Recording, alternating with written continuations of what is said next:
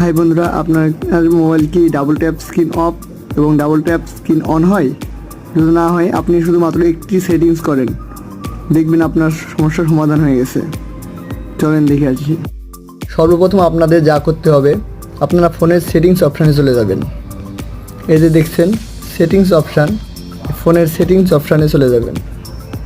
চালু করার পর আপনি সার্চ অপশানে যাবেন, double DOUBLE double tap TAP tap, এটা সার্চ করলেই এই চলে এসেছে আমাদের সামনে। দেখুন দুইটি অপশানই চলে এসেছে। এই দুইটি অপশান আমাদের চালু করতে হবে, 1 2 টার্ন অফ এবং অন দুটি চালু করলেই আমাদের কাজ শেষ। তাহলে আমাদের ডাবল ট্যাপ স্ক্রিন অফ করলে অন হবে, অন করলে অন হবে। থ্যাংক ইউ বন্ধুরা।